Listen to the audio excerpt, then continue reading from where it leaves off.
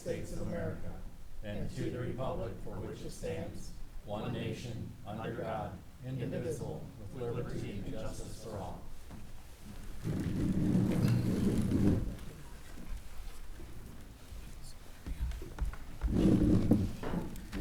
Okay. Tonight, because our treasurer is not present, we have to appoint a treasurer pro temp just for tonight. And to do that, can I have a motion? Me. Oh, I have a nominate. Duke? Any others? All right. We need a second, I guess. I guess we need a second. Oh, actually, we need a motion. Can I have a motion? So moved. Thank you, Jane. Can I have a second? Second. Richard. Thank you. Any discussion? Let's take a vote. I'll call him for now. Duke? Yes. George? Absent. Jane? Yes. Richard? Yes. Carl? Yes. Motion passes. Duke will be the treasurer pro temp for the evening, and then those duties will be resumed by George when he gets back on Monday. With that, we'll go through our district goals. We have 3 district goals. The first goal is student achievement. That's our number 1 goal, and that's the goal that everything revolves around, and we focus all our attention on that. The second goal is financial prudence. With that, we try to make the best of every taxpayer dollar and maximize every dollar that we get. That's why sometimes, as we've seen this week, with some busing issues, we have to make decisions that aren't always the most favorable, but we do it because we have to do a cost-benefit analysis to everything we do. And we make sure that it works, and we do our best with that. Following up on that, the next thing that related, the next goal is community engagement. And with that, we use all our community members to help us fill in gaps in our knowledge base and technical skills, and just helping. Sometimes you need all hands on deck to get things done. And so those are our 3 goals, and that's what we do. So everything in this agenda will revolve and be balanced. Those 3 goals will work with each other. With that, I do have public comment. One, and it is Stephen Breckner. You want to step up and state your name, address, All right. phone number. Stephen Breckner, 17675 Shermer Road, Strongsville, Ohio, 44136. And the reason I'm here, and if you look at the card, is that I'm thankful.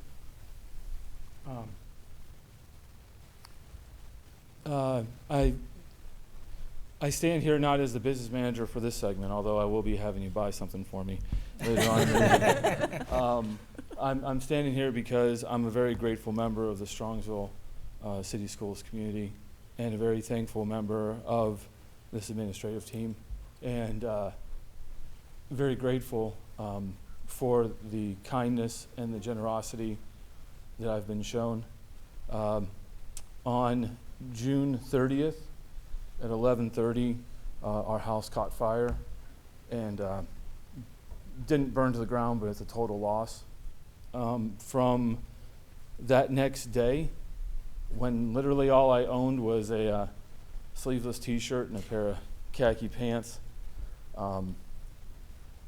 I've had such an outpouring of generosity, of giving and gifts, that I'm very grateful, and my family's very grateful. We had a GoFundMe account, and there's many people I see in the room that have given to my family. I struggle with being able to express the words correctly, because I'm not used to being at a loss for them. But when you're faced with such generosity and such outpouring of gifts, there's no words to really express all of that other than thank you from not only my heart, from my family's heart. I remember sitting on the couch the second night and worrying about, are my kids going to be able to play outside again for the next year? What are we going to be doing? Where are we going to be going? And now I don't have those fears. We're settled, our feet are underneath us, and we stand as a family. But I know now more than ever I don't stand alone. I have a lot of people that stand with me, and I'm very grateful for that. I stand here humbled by the generosity, thankful for everything people have done. And above all, I just want to say to both everybody in the room and everybody that is at home, the thousands or hundreds, whatever it may be for a summer board meeting, Tens at that least. we're doing well. Tens. We're doing, don't want to go that low. We're doing well. We have a house here in Strongsville that we're staying at. It's not our home, but it's our house for right now. And my kids are smiling again, and they laugh again. And if they stay too long, you'll hear them cry again. So from the bottom of our hearts, speaking for my wife and I, we're very thankful, and we're happy to be part of the Strongsville City Schools community. Thank you. Thank you. You are part of the family where we all pull together when we have to and when we need to. And when you guys, we're happy to help and do everything we can for you. And we'll continue to do that. So it's good. It's great to see your family. Good to see your kids smiling, laughing, and having fun. Look at that one. So, thank you. With that, we'll move on to the treasurer's report. Duke, what do you got for us? I don't know, Cameron, what do you have for us? Well, this is just an annual discussion item that the OSBA Capital Conference is coming up November 10th to 12th. I believe that's typically a Sunday to a Tuesday. So start considering. We would need a delegate and an alternate delegate, and that will be on an upcoming meeting where you'll actually vote one of those in. So this is a chance for you to check your calendars, and all four of you can go in some fashion, or five of you, including George, or just a few representatives. So it's up for you guys to talk and see who's interested in going. All right. Excellent item. Superintendent's report. Is Duke going to do that There's one? no talk. There's no. There's no time. I mean, well, it'll come up and generally it's I'll draw. Richard. I have a feeling I'll draw the short So- straw again. Yes, Yeah, there Richard's you go. always a willing participant. All right, under superintendent's report, there are two items for discussion. The first is end-of-year update on our 2020 plan. So as the board knows and many of our community members know, our Strong Schools 2020 plan is our strategic plan with the goal of working towards being a premier district both in the region and the state, and focus on the three goals that Mr. Naso mentioned earlier. So I'm not sure why that's such a, I don't know, maybe it'll warm up a little bit as we go throughout. But did want to share those three goals that we talked about: academic achievement and growth. And underneath those goals that we have, we do have specific objectives that we work on. So we can see that, for this year we focused on ensuring our students were college and career ready, helping to expand the adult learning needs of our adult learners to meet the needs of our students, and implement our vision for academic success. So I know it may be a little tough to see from the audience, but when we take a look at this, there's a variety of action steps underneath each of these objectives, and we take a look as an administrative team how we are achieving those on a percentage basis. So as you can see here, altogether for what we set forth to accomplish in academic achievement and growth, we met about 90% of the action steps we put forth. And as you look at those objectives underneath, it was between 90 and 95%. So this is something that as our central office leadership team, we work on it, we talk about it. It's a part of our bi-weekly meetings as progress monitor how we're doing to continue to enhance the academic performance and growth of our district. So just a couple things I wanted to highlight. The plan's online, so if you want to see all the details of what we did, you can see that in the evidence. But a couple things that I wanted to highlight of what we were able to accomplish this year is, as a school district, we now have common assessments that not only have been developed but been implemented across the entire district. So common assessments mean that no matter where you teach first grade in our elementary schools in reading or math, you give the same assessment as every other first grade teacher in the district. What we said to our teachers is we don't want to add assessments. We don't want to put more on the plate, but all of you are going to teach Chapter 4 in math. Let's get together and all give the same Chapter 4 test in math so we can look at curricularly where there may be some holes or gaps and where our students are performing. And we were able to do that, implement it for the first year. And so for the first time as superintendent, I can see across the whole district from preschool all the way to high school how our students are performing and progressing, not just on one state test, but on our internal measures as well, which is a huge move forward for us as a district. Secondly, we've continued, this has been about a 3-year effort of taking a hard look at enhancing our writing instruction, kindergarten through 12th grade. I'm not going to put up the data for you, but we have seen significant growth in our data on state test measures as well as our local measures with our writing instruction, and that has been across the board, every building. We've seen significant improvements. So it's a credit to our curriculum department and our teacher leaders and our teachers in the classroom that they are using the system that we are putting into place. They've gotten the professional development, and most importantly, our students are growing and developing their writing skills due to that. The other thing that we've worked on as a district is developing a culture, a premier culture as a school district. And you know, our factor is a system that we have put into place and trained our staff on last year. For those of you that are here, you can see if you take a right outside of the building, we spend a lot of time defining as an organization, what do we value, and how do those values drive behaviors, and how do those behaviors result in the outcomes we want as a school district. And right now we focused on with our adults, but this applies to our adults as well as our students and how we, the culture that we have as an organizational community. That has been a huge investment in time and energy and focus for training for our staff, but it's had great rewards thus far and will continue moving forward. Jenny oversees our instructional innovation plan. We do that in a 3-year cycle, so the last year of the last plan has concluded this past year, but she's done a phenomenal amount of work for building the new plan. Some of you may hear in educational speak, portrait of a graduate. A lot of schools, it's a buzzword in education where we're going to define what are key competencies or skills that we want our students to have when they graduate from high school. And they're nice to have and they look pretty and they're designed great. But when you ask people, well, what does that mean to a first grader? What does that mean, and how do you know if kids are becoming better communicators, better collaborators, you know, a greater global perspective? They kind of look at you with a, well, we're still working on that. We're still working on it too, but Jenny has led that, and we've had a tremendous amount of growth. And all of our buildings next year will focus on 2 competencies to develop within their buildings to help move our instructional plan forward. And then the final thing, one of our goals in academic achievement and growth was to look at the application to become a STEM designated school or district. We had a group that went through that application, saw some gaps that we needed to have, one specifically in problem-based learning.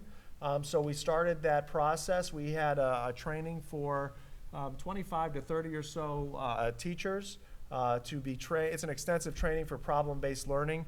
And it's an innovative way to look at how we take the curriculum, engage students in it in a real-world problem-based situation that ends with the same learning goals that we would have had if we did a traditional sit and get in the classroom. So we've got a bunch of excited teachers that will be implementing that in their classrooms next year, and we hope to grow that moving forward, and then ultimately have the capacity to apply for a STEM designation once we get that piece into place, which was not there right now. Any questions on this one? That's the only criterion for STEM that we're missing?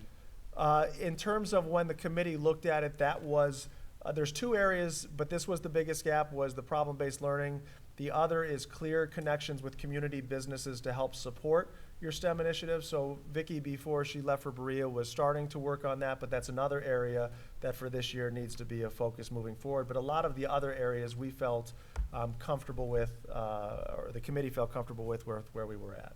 Okay, the BAC figure into that? It didn't yet, so that was something Vicki and I started talking about, but didn't finalize those conversations about if there were avenues through the BAC to utilize. Okay, thank you. Jane? Yeah, the common assessments that we do in the lower grades, Yeah. have you seen the areas that maybe were struggling, do they cross over into the state testing? Is there a parallel there, or are they totally discrete? And I think it's too early to tell. So one of the things that we did is we did a correlation between our common assessments results and our state test results. And what we're seeing and what we have to look at a little more closely is our criteria for success on our common assessments at a higher rigor than the state assessments. So what we're seeing is our students are typically scoring lower on our common assessments than they are on the state assessments. So we're in year one of implementing these, so a lot of teachers are having the conversations of how we can enhance our assessments, and we have a protocol that they use to enhance them. But the ultimate goal is to look at a level of predictability that we can see where our common assessments are at and how they're to predicting. be predictive for Right. the, okay. What we are seeing a strong correlation between is our Ames web measures and our next step guided reading. It's almost in perfect unison. The number of students that are meeting the benchmark in those two measures Okay. almost mirrors how our students are performing in state test results. Okay. And the common assessments, those are just pen and paper or paper and tests and not online? Or It depends on the grade level. Okay. So that is also something to be consistent with, especially starting in third grade, there's clear deviation between when are we giving the pencil and paper and when are we moving to the computer-based, because except for third grade reading, every other test is online. Okay. So there is a combination of that, but that's all determined with Aaron, our curriculum director, and the teachers as to when that transition will be. Okay. Great. Thank you. Have you set a timeline for when you think we'll be ready for the STEM designation? Not yet, Rich. That's something that will continue on for next year's plan, and that will be a part of that. Okay. Yeah.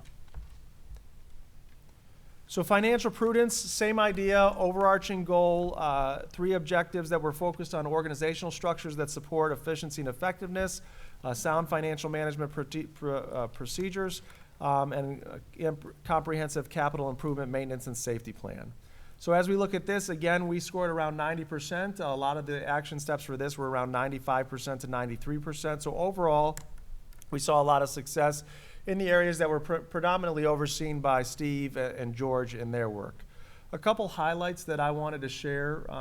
eFinance is a coordinated HR financial system program that was implemented in January, so we were a few months ahead of where we were planning for this year. And in that means we also have strengthened our internal controls.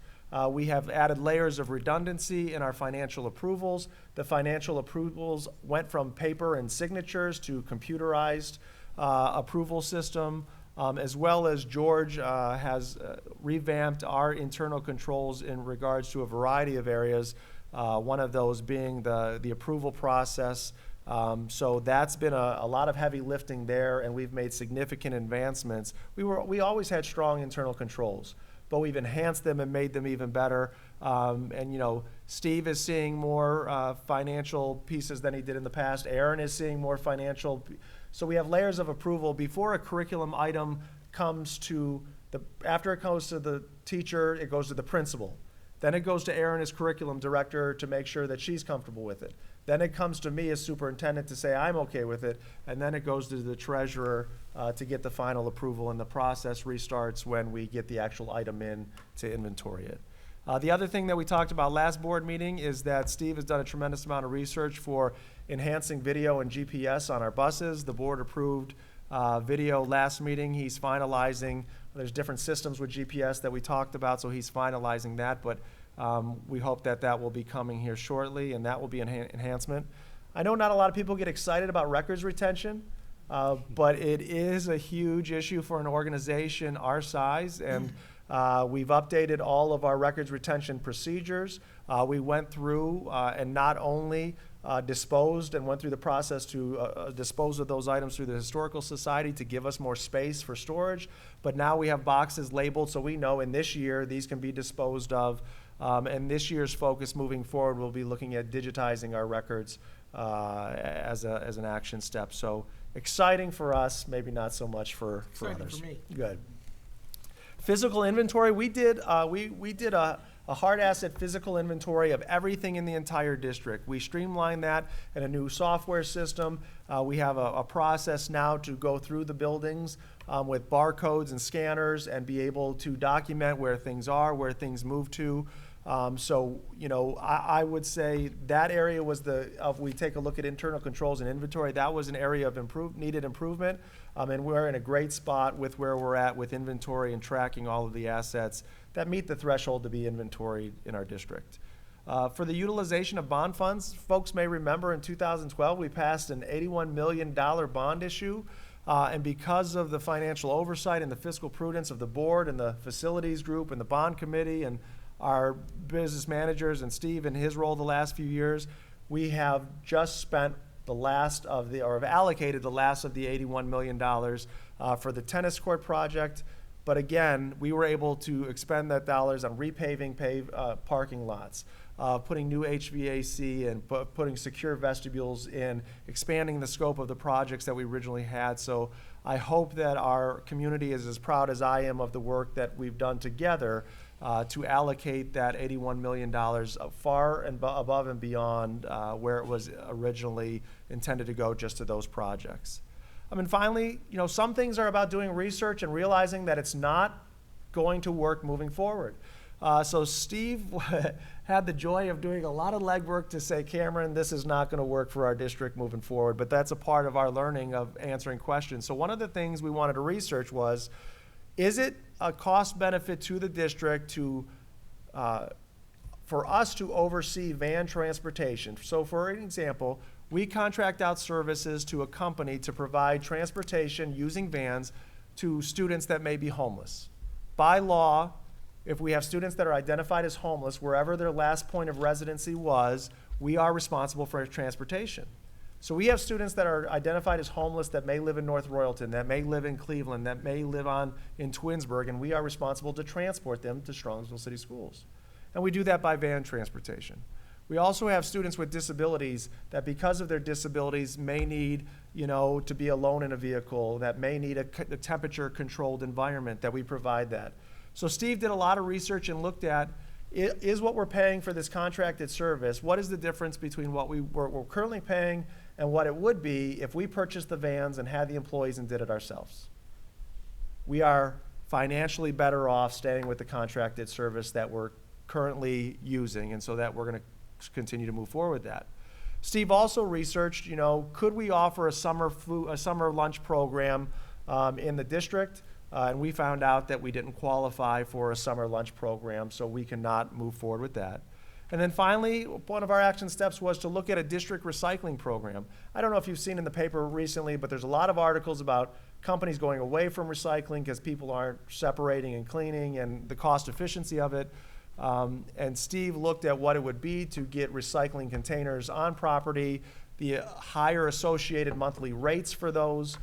So it did not become cost effective for us to have a district-wide recycling program outside of the paper that we currently have. We currently do paper and cardboard, but looking at plastic or metals or what have you, it would not be cost efficient for the district. However, what Steve is going to continue to look at is how can we utilize at our major venues like the high school and the middle school recycling containers for just plastic bottles, and where we can utilize community resources to dispose of that in a recycling fashion versus the district having the bins on site. So just wanted to share, thank you to Steve for all that work. And sometimes you research and you find out that current practice is the best moving forward. So questions or feedback on the financial prudence aspects? I mean, just, I know that George has put a lot of effort in the internal controls and the integrated system on the e-finances. Yeah. Huge step forward for us. Record retention, the video on the buses we talked about last week, that's great. And the GPS is gonna be really helpful and beneficial to our families. The record retention, like you said, sounds boring, but it's critical because you can get buried in stuff and not find critical stuff, or you can keep stuff too long, which can be a problem as well. That inventory was a beast, and I know George spent a lot of the summer wrestling that to the ground, counting every desk and table and computer in this and overhead in this district. Yeah. I know we utilized outside resources to help us with that, but that's pretty cool. But the amazing thing, honestly, is that utilization of the bond fund. It'd be an amazing thing to list out all the things we did by year since that thing passed. Yeah. Because we squeezed, I think, talk about squeezing, I think we certainly maximized the value out of Yeah. that for the district, and it's something we should all be really, really proud of. Yeah. And then it was, you know, a lot of the community that helped, all those different Absolutely. various committees that reviewed and helped us with that was huge. Yeah. All right, the last one is community engagement, and our focus was twofold. It was on implementing the district vision for engaging effective communication practices and enriching our partnerships with a variety of stakeholders. So again, with the consistent theme, overall 90% hit the action steps 90%. One of them was a little above 90, one of them was a little below. And so some of the highlights were, and a lot of this work was Dan Faust, our communications coordinator, leading these efforts in collaboration with some of our other directors. But part of what we wanted to do is to highlight who we are as a school district. And Dan's created a new series called We Are Strongsville, and that will continue on. But great little short pieces highlighting who we are, what we offer, and what it means to be a member of the Strongsville City Schools community. The other thing that we did is we really got off the ground our Business Advisory Council. So we have some board members that sit on that, as well as some local business folks. And we combined with the high school with some efforts that they're doing. And I'm really excited that starting next year, we're working on a pilot program to help support our students that may not be on the college track and that may not be enrolled in a Polaris program and need some help and support and guidance on where their career path may be after high school. So looking at not only academically programming for them in the high school, but building partnerships and mentoring for community business partners to mentor students in an area of interest, help give shadowing experiences, and then ultimately internship experiences to where even if they like it or not, they've got some avenues after they graduate from high school and they have a plan. So that was a lot of heavy lifting by that committee last year. We've got a good framework, and we'll start implementing that plan after the first of the year moving forward. Part of the efforts was also looking at how can we engage the community. And many of our community members know we do the Halloween Greet and Treat. That's a big event, but Jenny and Dan worked together, and we brought the Harlem Wizards in to do a basketball game with the staff and the Harlem Wizards, and it was a great event. It was a great Sunday evening, even though we had to rearrange it because of a cold day. But it was really a wonderful event that brought our community and our school district together.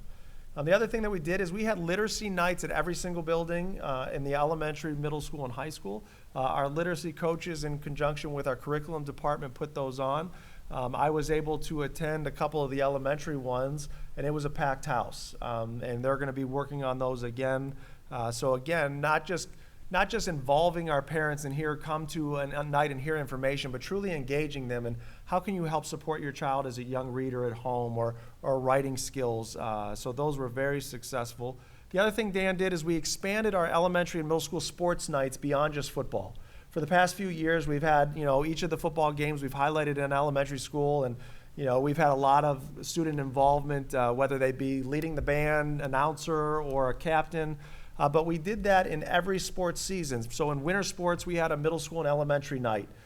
In spring sports, we had the same, and I know Dan is looking to expand that and continue that for next year.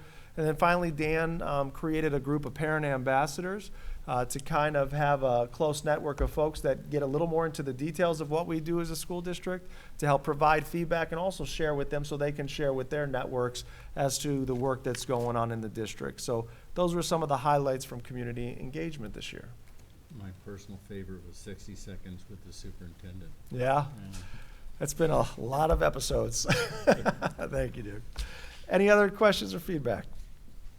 Nope, just keep it up. So as the board knows, next Tuesday, we have our annual retreat, and at that annual retreat, we will start to look at where we are going for the next school year and what our focus will be and what action steps will be in store. So I look forward to that conversation. Moving on, the next item is the transportation for Holy Name and Lake Ridge Academy. I did want to share an update with our folks that are here from Holy Name and Lake Ridge, as well as the board. This is a part of our process of what we look at when we see ridership start to decline. And so as a school district, we feel the responsibility to provide services to all of our children in Strongsville, whether they attend our school district or whether they attend private or parochial schools, if transportation services should be provided within the state laws. One of the things we look at for those that could be provided transportation is what is ridership on the buses? And is that ridership commensurate with ridership that we have and we provide for our own students in the district? And we were seeing in recent years that there was a decline in ridership at two schools for this year, Holy Name and Lake Ridge. This is something, if you remember last year, we had another parochial school that we went through a similar review with. And so the process begins with, we talked at the May board meeting, Mr. Breckner sent a letter to all the families, sharing with them, and it's a usage. So let us know if you plan on using the transportation services, and if we see numbers get to an acceptable level, we will provide that transportation. So I do understand and apologize for any anxiety this caused. I know trying to look for alternative transportation is a stressful experience, but I hope you can appreciate we also have to do our due diligence to look at ridership, because going into this, we were predicting 3 students from Holy Name, based on last year's ridership, would use for this year, and 11 students from Lake Ridge would use based on last year's number. So based on the request, we had 14 folks request transportation for Holy Name, for 14 students, and we had 18 students request for Lake Ridge. So it is my recommendation to the board, based on Steve and my conversation, that that is adequate ridership to continue to provide that service for the upcoming school year. However, I would also share, and Steve and I talked, and we'll be reaching out. I had already spoken to the CFO and director of Lake Ridge and communicated with the principal at Holy Name via email. But we'll be reaching out to those folks again to set up a follow-up meeting, not only to let them know that we'll continue transportation, but we will be monitoring throughout the year. Like I shared, ridership last year was lower. If around 14 and around 18 students want to ride the buses, I'm fine with continuing to recommend transportation. However, I see that the semester time would be another time where we would review usage. So speaking specifically to the families that are here, is that if we say 14 Holy Name students are going to ride the bus, but we see in the first semester of school, we only have 4 students that are actually riding the bus on a consistent basis. Midway through the year, we will communicate with our families again. We will work with the Holy Name principal and their leadership there, and bring it back to the board that even though 14 people said they wanted transportation, they're actually not using it. And to have a discussion to see, will we provide transportation for the second half of the school year? Now, as I shared with the Lake Ridge leadership, and I want to share with the families here as well, I understand your children participate in a variety of activities and sports or clubs, and maybe depending on the season, they may not take the bus in the afternoon. And we take those things into consideration. But we are looking for consistent, if we see consistent low numbers of ridership, that is the point where we would have a conversation and problem solve with the leadership of both of the schools to look at what we could do moving forward. But transportation will be provided for Holy Name and Lake Ridge as it has in the past school years. If the ridership continues as it has, there will be no changes this year. If ridership drastically declines into unfeasible numbers, impractical numbers, then we would come back to the board and share with them what those numbers were, and possibly start back up the procedure of communicating with the applicable families. Okay, makes sense. Questions, feedback, thoughts? Do we have a way to collect the data in place, or are we still working on that? I know Steve and Lori have talked about a system to be able to track that data, yes. We have cameras. We have cameras, which will be helpful, but, I think it's incumbent that we discuss it ahead of time. Ultimately, I think you want it daily, and if it would be something as simple as the bus driver radioing in, and somebody can add it to a spreadsheet, if there's an even simpler way to collect the data, great.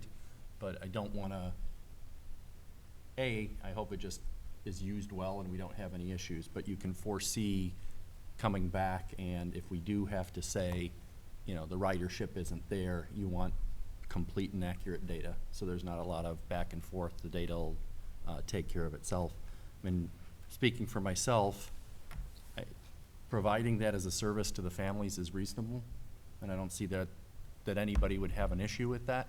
On the other hand, if two people, or if two students are consistently going to any school, and we're sending a school bus to that school, you know, at that point, we have to say, is that reasonable? It's not cost effective. It's not a cost effective, it's not reasonable for the taxpayer to have that undue burden, Right.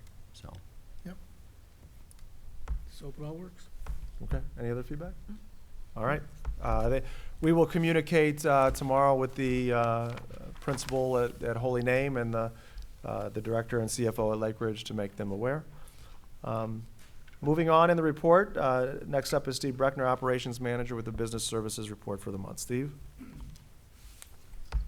evening again. There's one item in the section of the report. Item number 1, bus bid awards. Be resolved upon the recommendation of the superintendent that bids be accepted for 2 conventional unitized complete unit buses, 2 mini buses, as received by the School Bus Cooperative Purchasing Program of the Ohio Schools Council, as listed in the exhibit. Be it further resolved upon the recommendation of the superintendent that bids be accepted from Myers Bus Sales for 2 72-passenger conventional unitized buses and 2 47-passenger mini buses for $374,543 as listed in the exhibit. Funding shall be as follows. For those buses, it's going to come from the Permanent Improvement Fund in the aggregate principal amount of $374,543.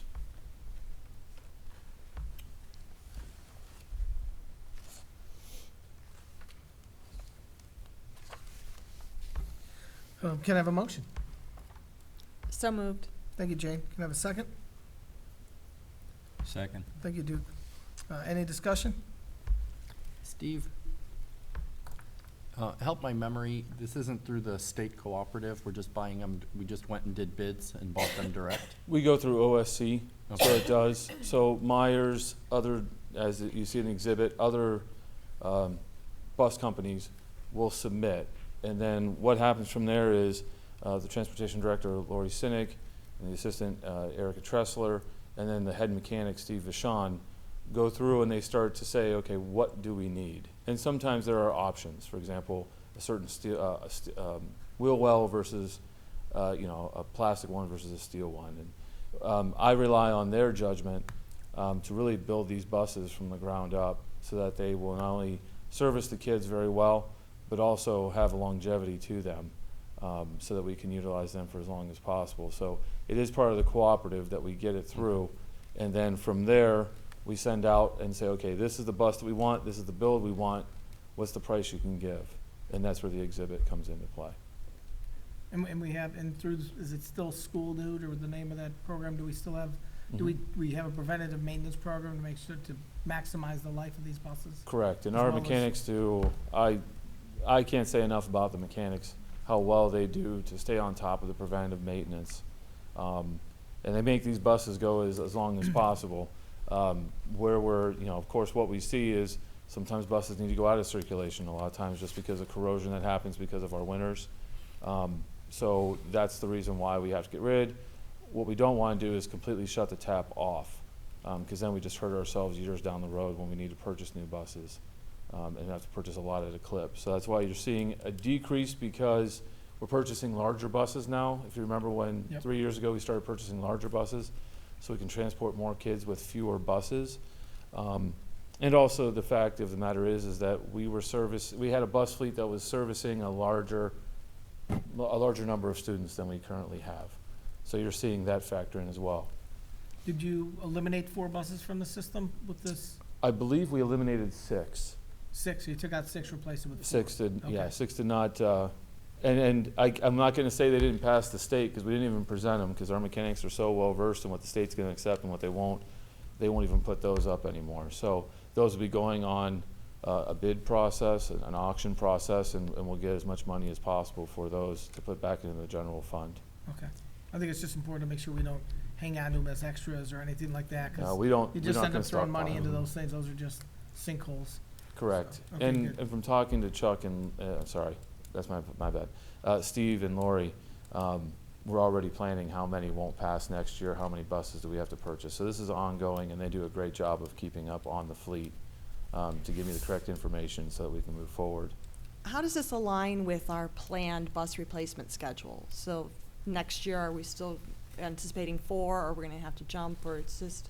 No, this one's actually, to be candid, this is more than I thought we would because of the minibus situation. I'm fully expecting to come back at 3 buses the following year and then keep going through. The reason why we had 6 buses leave at one time is what I alluded to before. Because at one time we stopped buying buses. Right. And now that's caught up to us where we're having a large number leave. If we were still servicing that same amount, this number would have to be larger because we'd have to purchase 6 new buses. We never want to be in that position again. So while we may ratchet down the number of buses we get, we're never going to turn it off because of that day. We don't want to get a huge hit where we have to get rid of 6 buses and replace with 6 buses. Makes sense. I just wanted to compliment, I'm assuming it's Lori, but I don't want to assume, but the spreadsheet was well done. You know, whenever you're buying something like this, the devil's in the details, Mhm. and it's important to make sure you're comparing apples to apples, and it did a nice job of making sure you were comparing apples to apples. Curiosity question, the extended warranties, do they end up being worthwhile? Yes. I mean, we Because of the do- parts that fail, we do Yeah. use them. You know, ultimately, it's insurance, and if you don't, you know, it's nice peace of mind, but if you Yeah. don't need it, or don't use it, you question whether you're using it. So we are able to predict that the insurance will replace parts that fail. And also, as a rider on our current insurance policy, one thing we were able to add was something called basically a swap program. That if we do have a bus that goes out of commission in an accident, our insurance will pay for a full new bus. And it was a very reasonable cost to do that. So yeah, we're well protected. Warranties, they're worth it. And then we do have that extra coverage in our insurance policy as well. Thank you. Any other talk? Let's vote. Ms. Ludwig? Yes. I say yes. Mr. Miko? Yes. Mr. Naso? Yes. Motion passes 4-0. Thank you, Steve. Next up, Assistant Superintendent Jenny Pelko with the Human Resource Report for the month. Jenny? Thank you, Dr. Ryba. I have, under Human Resources this evening, the following items for your consideration. Under C1, we have the resignation of a certificated staff member, resignation of a certificated supplemental, resignations for non-certificated supplementals. We do have the appointment of an administrative staff, and him and his family have been patiently waiting here with us. We want to appoint David Binkley as our new Director of Instructional Technology. And just a little bit about David. He has most recently taught science and technology at Buckeye Senior High School, and prior to that was at Hudson and Canton Central Catholic. He holds a master's degree in instructional technology. And as a teacher, he is just, through the interview process, he has shared so many things that he has done. He's been involved in establishing STEM clubs, engineering challenges, has brought in STEM career speakers to his classes, created break spaces and coding challenges, and also just continued to help his coworkers and everyone involved with integration of technology and design. He's heavily involved in many, many committees in his former district, and a lot focused on technology. And actually, we've known his wife, Sarah. Last year, she pretty much orchestrated the Chapman Science Fair, and so we actually met her first and got to know her a little bit as we get to go judge that, so that's always a fun time. And, David's been in and around, although we're hiring him officially tonight, he's been around and seeking people out and checking things out. And he even brought his 2 children, Declan and Josie, in to help set up his office, his new office. And they are just a wonderful family. They do reside in Strongsville. And we're just thrilled to have him as one of our new colleagues. So, David, I don't know if you want to come up to the podium and say a few words, putting you on the spot.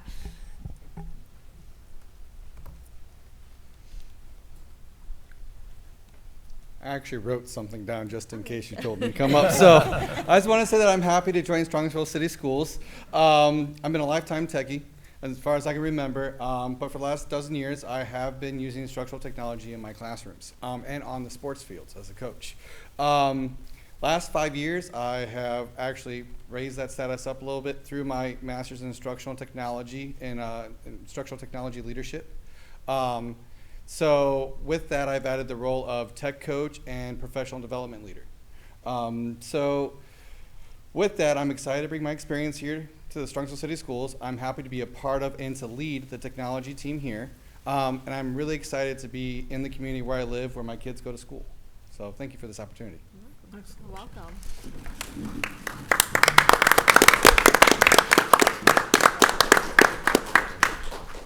Welcome, Dave. What do you coach? He's coach football. Yeah? Welcome. Glad to have you here.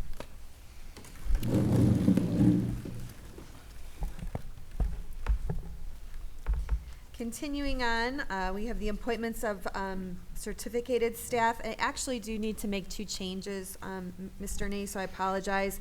For David's contract, it should not read 215, it should read 260. Will he accept 215? We need him 260, so. He left some change. You can take today away, he left already. And then, under the appointments for certificated staff, we have Aaron Barrett, who actually is a replacement for Nancy Vaughn, not Deborah Zudell-Dickey. Continuing, we have appointments for certificated substitutes, appointments for non-certificated substitutes, an appointment for certificated supplemental paid upon completion, appointments for non-certificated supplementals paid upon completion. Under C3, stipend for our kindergarten screening. Under C4, changes in status for certificated returns from parental leave, changes in status for certificated staff, changes in status for non-certificated staff, and changes in status for non-certificated staff recall from reduction in force. Under C5, medical leave for certificated. Under C6, a volunteer chaperone mentor. And finally, under C7, we have our service agreement for PSI associates and affiliates with our auxiliary funding through St. Joseph and John School. And that concludes my report. All right, nice job, thank you. With that, that brings us to the consent calendar. We will be adopting the consent, everything marked with an asterisk will be adopted in a single vote. We have 2 changes, both in section 8C2, moving the hours from 2:15 to 2:60 and replacing Deborah Zedell's name with Nancy Vaughn's name. Those are the 2 changes that I know. Can I have a motion? So moved. Thank you, Jane. Have a second? Second. Thank you, Duke. Any discussion or notes on any of them? All right, Duke, can you take roll? Jane? Yes. Richard? Yes. Carl? Yes. And I say yes too. Right, motion carries 4-0, Don. All right. That brings us to Board of Education Other. Trying to think, we have the retreat coming up. We also, Richard, you gonna speak to the tax-free thing you usually do? So, I don't think I have any others. Duke? Just a reminder to everybody that's watching that the buses will be rolling within 2 weeks, and to be aware of the kids out there, especially the new kids that are starting, for safety reasons. We always have, or we have had problems with cars passing school buses. I would remind everybody to be familiar with the laws, and that we do have Strongsville policemen occasionally riding on our buses. You can be cited, and will be cited, and should be cited. So please be careful with the kids out there.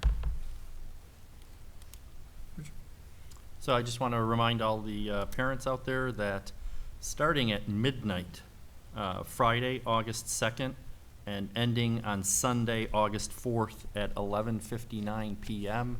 is the Ohio sales tax holiday. It is, there is no sales tax on clothing priced at $75 per item or less. School supplies priced at $20 per item or less, and school instructional material priced at $20 per item or less. And just to be clear, that's not your total. You can buy as many clothes or as many school items you want. They're all tax-free as long as individually they're below those thresholds. And just as an announcement, so everybody can mark their calendar, last year, the Ohio legislature made the sales tax holiday permanent.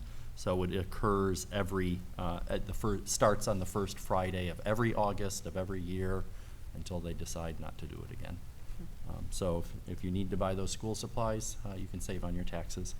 And then the other that I'd like to announce or bring some attention to, on August 6th at Polaris Career Center from 5 to 7 p.m., there's a job and career training open house. This is for the adult education that Polaris does. You'll learn about the different program offerings. You'll be able to take a look at the new facility and all the remodeling and upgrades. You'll have programs such as automotive service technician, cardiographic technician, cosmetology, dental assisting, early child care, heating, HVAC, medical assisting, phlebotomy, police academy, precision CNC, and welding. So if you need some retraining or you're looking for a new start to a new career, it's a great place to start. And once again, that's August 6th next week, which is Tuesday, from 5 to 7 p.m. I have another, Mr. Naso. Yes, please. Yes, I just wanted to remind everyone, tomorrow night, the city is having a movie night at the football field on Lund Road. Sorry, it's 21255 Lund Road. It's across from Volunteer Park, and it starts at 6 o'clock, from 6 to 11. Their movie will start at 9, but they're going to have inflatables and food trucks, face painting, a balloon artist. So it's a fun, free family event. The only cost would be if you would like to purchase food from the food trucks. So again, that's 6 p.m. tomorrow night, Friday, and the movie is Dumbo. And not the original one, but the newer one. It's a tearjerker. It is. So I hope everyone can make it out there. All right. With that, I do believe we have need for executive session this evening. Yes, to consider the appointment of a public employee or official. All right, can I have a motion? So moved. Thank you, Jane. Second. Thank you, Duke. All right, we'll move into executive session at 8 o'clock. And then we have no business to attend to at the end, so that'll be it. All right, we need a vote. Have a Jane? vote? Yes. Richard? Yes. I say yes. I Carl? say yes. All right, 4-0. Done.